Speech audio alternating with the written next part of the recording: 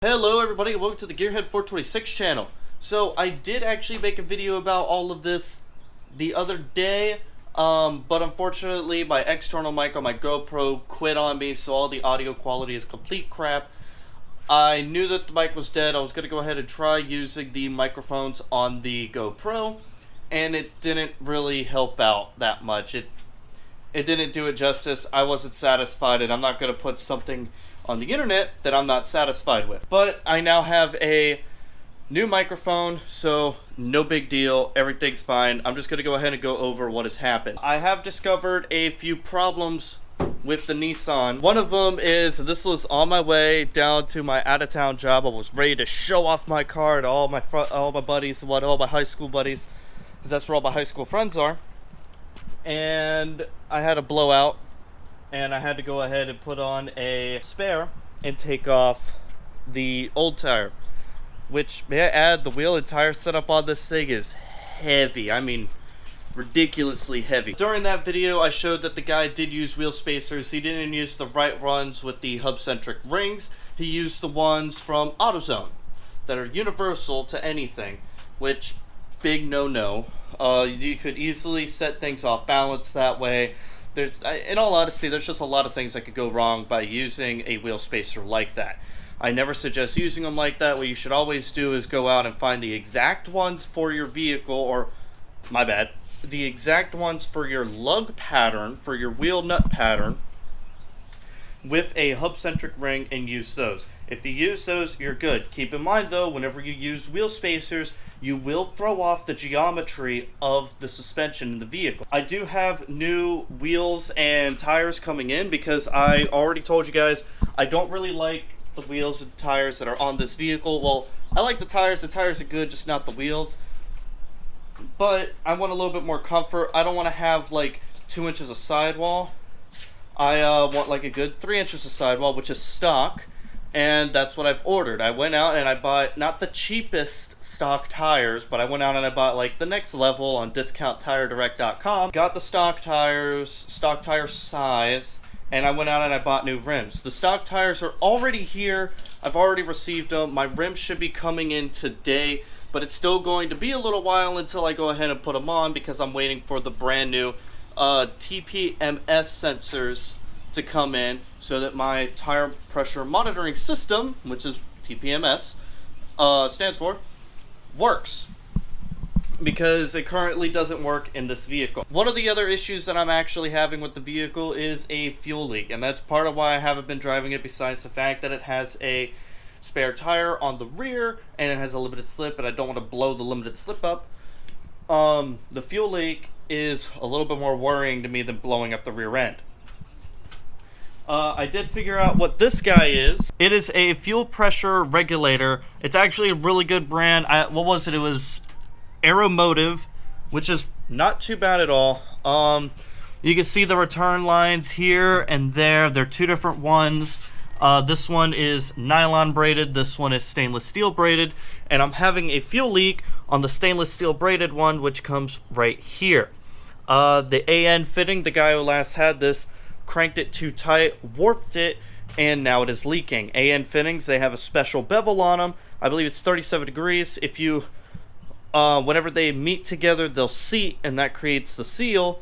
But if you over tighten them, it will warp and break the seal. Now, my main concern with all this is the return line, which is down there. Looks like a regular hose, so I'm going to check that out. But what's even worse is this stainless steel braided line was spliced, like cut in half, and a rubber hose was put in between it. And same thing down here. I don't know if you guys could, I mean, no, well, you can see some of the clamps, but it's not good. I'm going to go ahead and replace all of that. Now, one thing I did notice is it turns out that this intake right here is not the intake that I thought it was. It is actually just a regular intake that was powder coated, which is fine, you know, it looks good, but I'm going to go ahead and take it off. It does have the spacer in it. I do not know if the lower plenum has been changed out yet to the motor dike. I think it's MREV 2. I'm really hoping it is, because it turns out that the black powder coated with the 5/16 spacer and the MREV 2 is actually the best freaking combo you can do. I also need to go ahead and see about maybe changing out the coolant bypass and putting in the copper piece, and also a spacer, a throttle body spacer, but not necessarily for more plenum, but for more heat sinking capabilities. I'm getting rid of this intake. This intake is stupid. I mean, you can see right here, like, there we go. You can see there's that spot on it. Well, that's because it's been rubbing my freaking hood. Thankfully, this actually isn't the hood. That is the aluminum from the pipe on the hood. I mean, it's not raised. I mean, it's raised. It's not synced in. So that's kind of crazy. But this is stupid.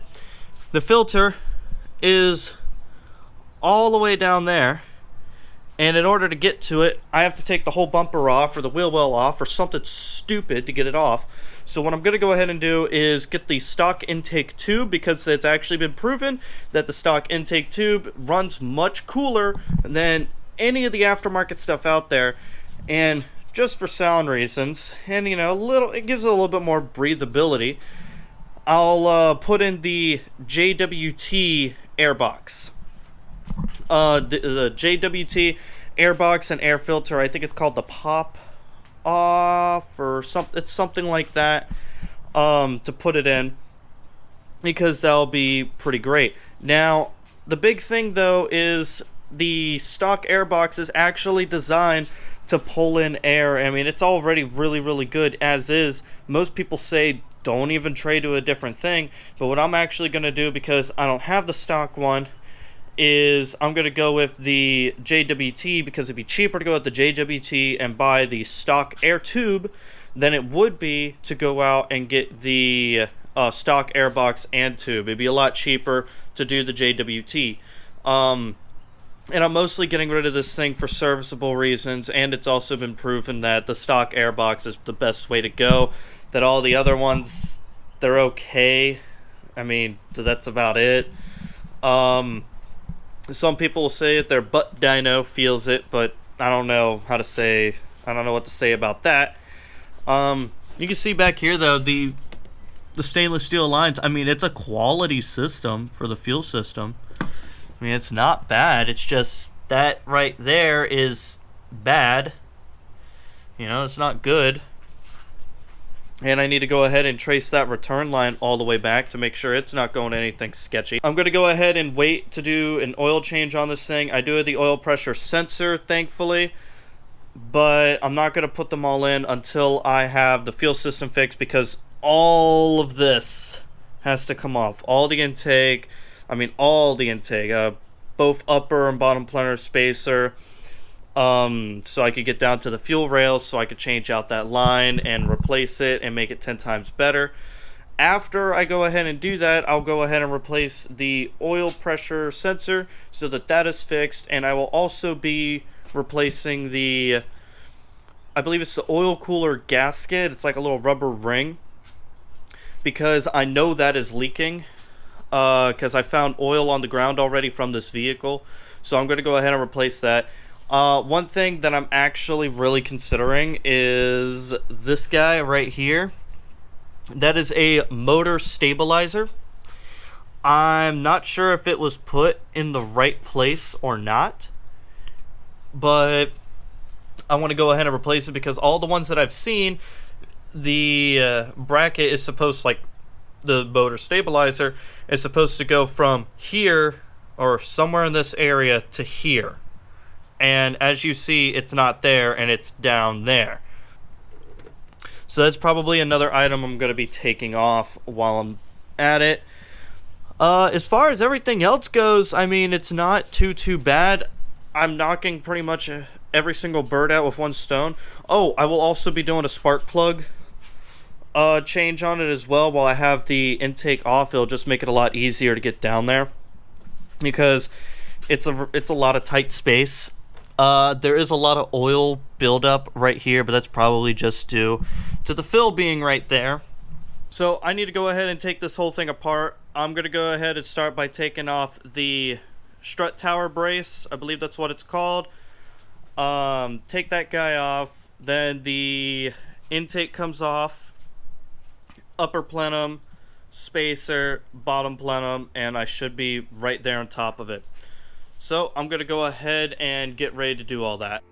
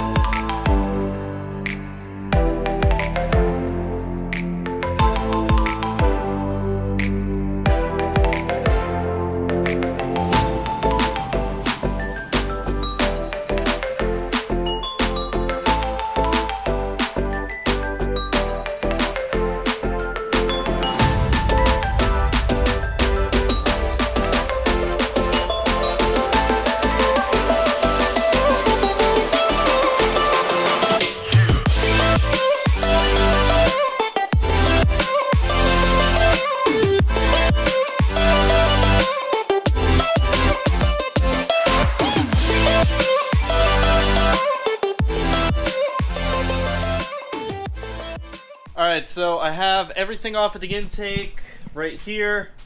As you can see,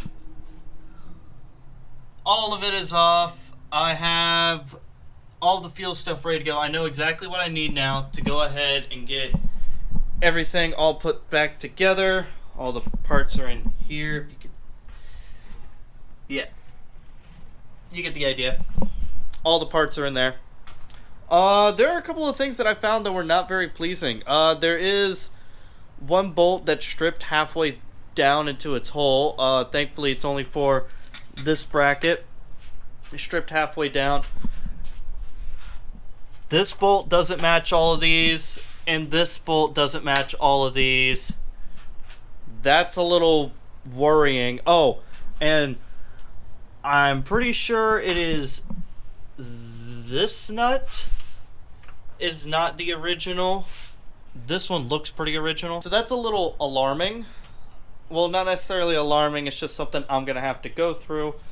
As far as pulling everything apart, though, wasn't that bad. It was pretty easy, actually.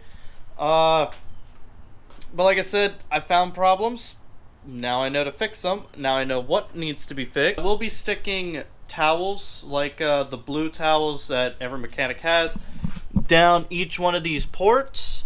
I'm actually going to look into seeing if there is a way to actually, like, some kind of chemical that I can get that I could put down in each one of those to clean up the valves, because 4 out of the 6 valves, well, 4 out of the 6 cylinders, all the intake valves, because I think this thing has 8 intake valves, no, 12. It has 12 intake valves. They look pretty grody. They look like they have some carbon buildup on them. Some of them more than others.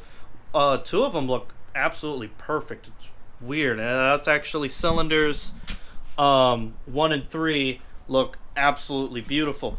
All the other ones, pretty grody. I want to see if there's a way that I could clean them so that whenever I put everything back together, it's going to run better. Because that's kind of the whole goal of this is, you know, I have all these parts out. Every single one of them is getting super cleaned to where they're nice and shiny and look new for whenever I bolt everything back on, so the vehicle will run better than what it was new. Here's one thing that's crazy. And I'm getting rid of this air intake system. That was stupid on how I had to get this out. But here's the filter, and you can already tell that is really bad. But here, it gets better. Watch this.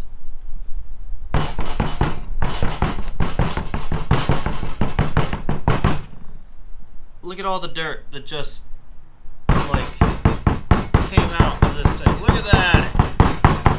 Oh my god, that is horrible. That's trash. You know what? Just like, I'll keep the clamp because that's a nice clamp, but the rest of it, trash. Yep. Never using that thing again. That's just disgusting. But I am actually going to go ahead and redo the whole intake system now as far as intake goes. I'm only keeping half of the section, so the filter will be here instead of back over, like instead of under, all up under there. It's going to be more here. If you actually look down there, which you can't really see it because there's no light, there are vents that the tire can throw dirt through and a whole bunch of gunk and crap and whatnot that could clog up that filter a lot faster. So putting it right here is going to be much better. It's going to make it 10 times easier to change. I'm pretty sure that I actually already have a filter that will literally just go right on without any issues. Save myself a little bit of dough right there. Oh, and yes, I did disconnect the negative terminal on the battery before I started any work. I just did that off camera. I made sure to do that because you always want to. You don't want to accidentally short circuit some kind of weird thing somewhere. So that is going to be it for today's video. If you enjoyed this video, please give it a big thumbs up. If you are stopping on by for the first time, go ahead and hit that subscribe button, and I hope you're having a great day.